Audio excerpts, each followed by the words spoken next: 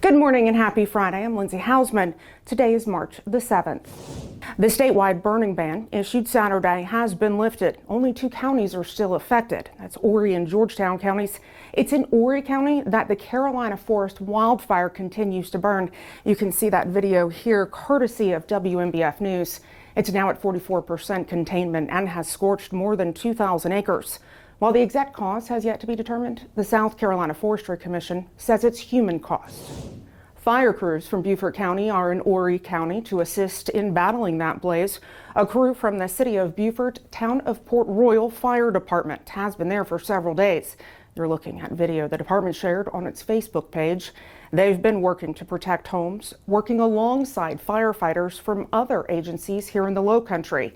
On Wednesday, Hilton Head Island Fire Rescue, the Bluffton Township Fire District, and Jasper County Fire Rescue deployed a wildland task force to Horry County. They are there for a 96-hour deployment. And while the burn ban has been lifted, you're urged to use extreme caution when doing any outdoor burning. Also keep in mind that state law requires you to notify the Forestry Commission before any burning. This applies to unincorporated areas. Now, if you live within a municipality, you must abide by their ordinances. Here in Beaufort County, all require a permit. Regardless, before any type of burning, make sure to call the Forestry Commission's hotline to make sure that weather conditions are favorable. In Beaufort County, that number is 1-800-895-7062.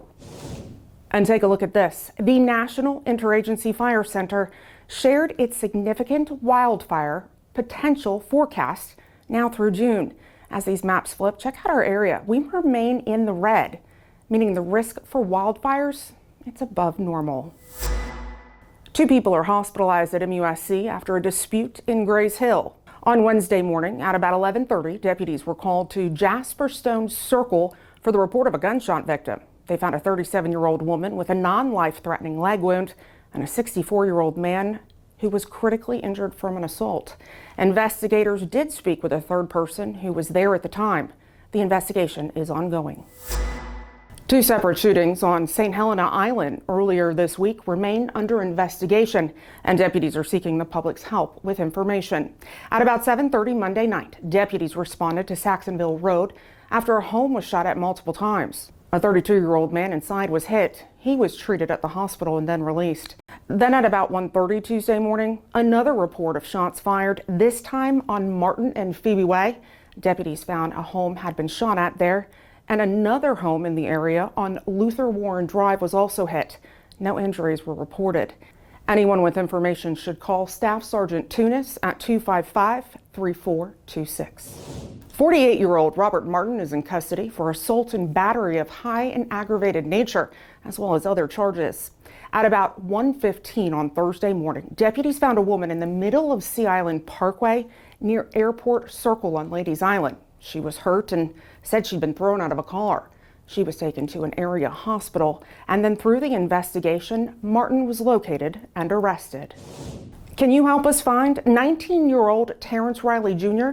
He has a warrant for his arrest for burglary first degree. On February 15th, deputies say he and 2 others were caught on camera breaking into a home in Pritchardville, carrying a pitchfork. He damaged and stole property. If you know where he is, call Patrolman First Class Whitlock at 255-3443. 23-year-old Jemiah Nelson and 24-year-old Timoni Tamika Malloy face multiple charges after a shoplifting spree escalated into a car chase Thursday afternoon. It all started at 1:30 when the Gap outlet in Bluffton reported a theft. That was followed by another report around 3, this time Belk on Hilton Head. When deputies got there, the 2 took off, leading them on a reckless car chase that was quickly called off. Shortly after, deputies found them on Wilbourn Road on the island. They had ditched their car after a flat tire. Investigators say additional charges are pending. Well, they're surely annoying, and you may get several a day. I know I do. I'm talking about text messages saying that you owe late fees on toll payments. Folks, this is a scam. Please do not click on any links provided and do not reply with a Y for yes. Just delete them or report them as junk. Heads up, Sands Beach in Port Royal is closed to the public. Currently, the town is completing a causeway project. You're looking at a rendering shared by the town. The hope is to have it completed by the end of April. While it's closed, the boat landing remains open. And yes, it's that time of year again. Daylight savings time begins at 2 Sunday mornings, so don't forget to set your clocks forward an hour before bed Saturday night. Our recruitment team has been busy traveling the Palmetto State. Last Friday, Lieutenant Drazen and Sergeant Kramer were at the University of South Carolina. The Department of Criminology and Criminal Justice held its annual career fair. Then yesterday, Master Sergeant Seaford and Public Affairs Officer Michaela Bibbins attended the Criminal Justice Career Fair at Clemson University. These are great events and allow us to share more about our agency and why Beaufort County is a great place to live, work, and play. In good news, we've had an absolute blast participating in Read Across America Week. We've read to some great students at a number of schools across Beaufort County. Even the pups at Hilton Head Humane enjoyed a great book or two. On Monday, we celebrated one of our volunteers, Jesse. He turned 88 years young. He's our longest serving volunteer at our Hilton Head Island office, 24 years and counting. Also on Monday, Evan celebrating his 6th birthday with our Southern Enforcement Branch. He got a tour of our office as well as a patrol car. Many thanks to Red Cedar Elementary in Bluffton for inviting us to its Maker Faire last night. We had our patrol vehicles there as well as members of our drone team and aviation unit. Again, it's always a great time hanging out with our youth and telling them about how cool our jobs are. Lastly, 13-year-old DJ Daniel from Houston, Texas. He's a very popular kid right now. During the president's address to Congress on Tuesday, DJ was made an honorary Secret Service agent. He's been battling brain cancer since 2018 and has undergone 13 different brain surgeries. Given 5 months to live at the time of his diagnosis, DJ, well, he just continues to wow everyone. He also wants to be nothing more than a police officer when he grows up.